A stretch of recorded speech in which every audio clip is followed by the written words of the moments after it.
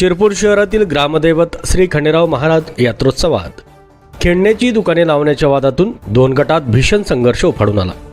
खंडोबा मंदिर शेजारील मच्छी बाजार परिसरात गुरुवारी सायंकाळी सुमारे 5 वाजेच्या सुमारास कुऱ्हाड, तलवार व लाकडी काठ्यांनी झालेल्या हल्ल्यात अनेक जण जखमी झाले।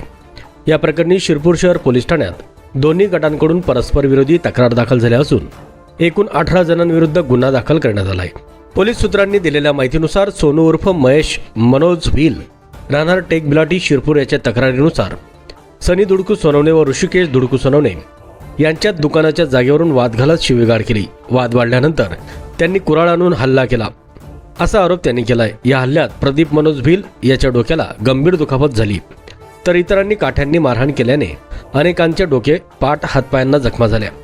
भांडणादरम्यान परिसरातील दुकाने बळजबरीने बंद पाडून दहशत निर्माण करण्यात आल्याचेही तक्रारीत नमूद केले। जखमींना तातडीने शिरपूर येथील उपजिल्हा रुग्णालयात दाखल करण्यात आले।